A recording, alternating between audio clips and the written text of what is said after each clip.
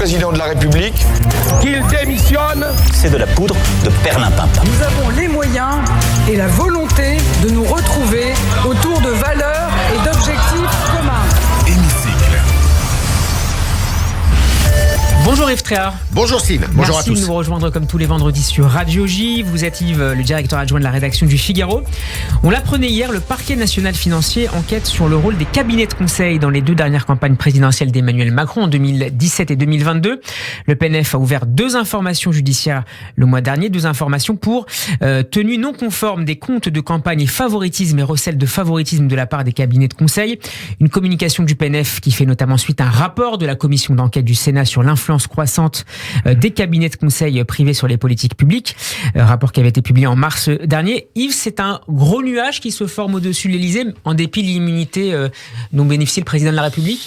Gros, je sais pas, parce que vous savez, les affaires politico-judiciaires, certes, elles peuvent avoir des conséquences dans l'opinion publique, elles peuvent avoir des conséquences judiciaires précisément, avec des condamnations. Jusqu'à présent, elles ont eu assez peu d'effets sur le plan judiciaire précisément. Et là, ce qui est tout à fait étonnant, c'est que le président de la République lui-même, qui est visé, mais il n'est même pas nommé. Cité dans le communiqué. Il n'est pas cité dans le communiqué du parquet national financier. Et donc, on va voir. Je pense que les Français sont très très loin de tous ces problèmes, de toute cette affaire. Le débat ces derniers mois sur les affaires politico-financières aujourd'hui ont beaucoup moins d'impact, si vous voulez, sur l'opinion publique qu'elles n'en avaient par le passé. D'abord parce que ceux qui, comme le parquet national financier, ils ont bien du mal à justifier leurs travaux, d'une part. Là, on va voir ce qui se passe. Effectivement, on est dans une période, et je dirais que le profil du président de la République prête au flanc de ce point de vue, de ce que j'appellerais la consultocrature, si vous voulez. On fait appel à des cabinets extérieurs. Il est là, s'il y a scandale ou s'il y a polémique, il est là. C'est que on a une machine d'État qui est hyper puissante dans notre pays, qui est hyper forte, avec un nombre de fonctionnaires colossaux, qui sont plutôt bien formés. Et qu'est-ce qu'on va aller chercher? Des cabinets extérieurs, qu'on paye des fortunes, qui sont souvent d'ailleurs des cabinets de nationalité étrangère, comme les McKinsey, qui est un cabinet américain, pour payer à des prix d'or, des consultants qui vont vous faire sur un coin de table le point de la situation dans l'hôpital, à l'école, que sais-je encore, alors que vous pouvez le faire par vos propres services. Mais ils expliquent que c'est pour aller parfois plus vite. Oui, alors c'est ce que le président de la République avait dit quand il avait été interpellé sur le sujet pendant la campagne électorale. Peut-être, mais ça se défend pas non plus. Alors, ce qu'on reproche, parce qu'il faut peut-être quand même le dire là, ce qu'on suppute, je dirais, c'est qu'il ait fait appel à ces cabinets, parce que pareil, McKinsey n'est pas cité, c'est des cabinets de consultants.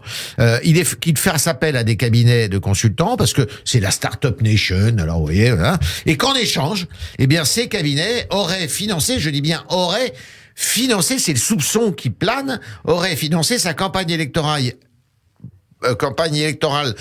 présidentielle et de 2017 et de 2022. Et on parle aussi potentiellement d'octroi de marché public à ces cabinets. Alors on parle aussi d'octroi de marché public. Mais le problème, si vous voulez, c'est qu'aujourd'hui, on parle dans le vide, il n'y a aucune preuve de qui parle-t-on, de quel cabinet parle-t-on, de quel responsable politique parle-t-on, puisqu'il n'est même pas cité, le président Macron.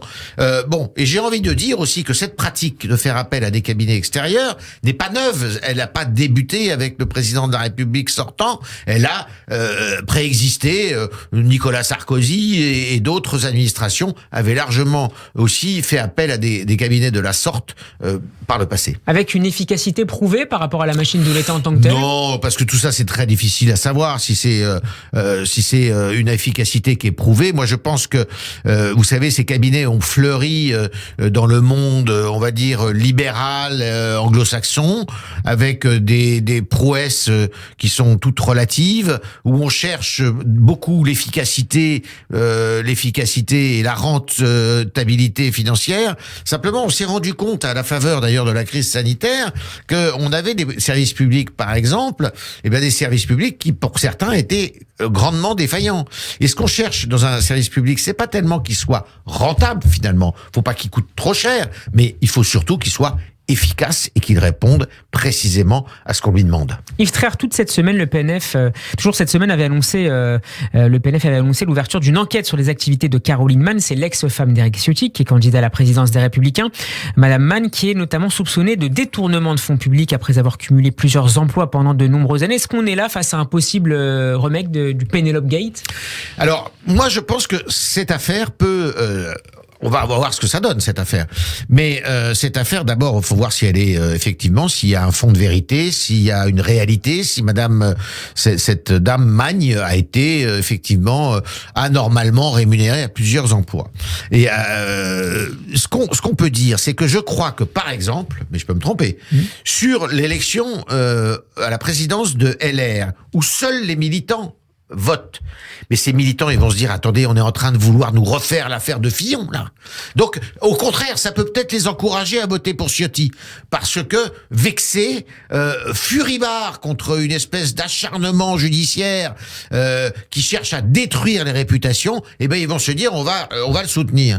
En revanche, si d'aventure, monsieur Ciotti était élu, ça pourrait, et que cette affaire judiciaire continue, qu'elle ait des suites, ça pourrait le handicaper sur un plan plus national, parce que là, ça serait une petite musique, si vous voulez, qui serait désagréable sans doute aux oreilles de beaucoup, surtout après l'affaire Fillon, effectivement, qui, pour les soutiens de Fillon, évidemment, c'est tout à fait scandaleux, mais pour beaucoup d'autres, au contraire, c'était tout à fait justifié. Les partis politiques qui ont souvent été assez critiques ces dernières années du PNF, accusant le PNF d'avoir un agenda politique, c'était la thèse de François Fillon déjà en 2017. On a écouté également ces dernières années le RN se montrer très virulent à ce sujet. Est-ce que ce sont des critiques qui vous semblent injustifiées, Yves Tréhard ?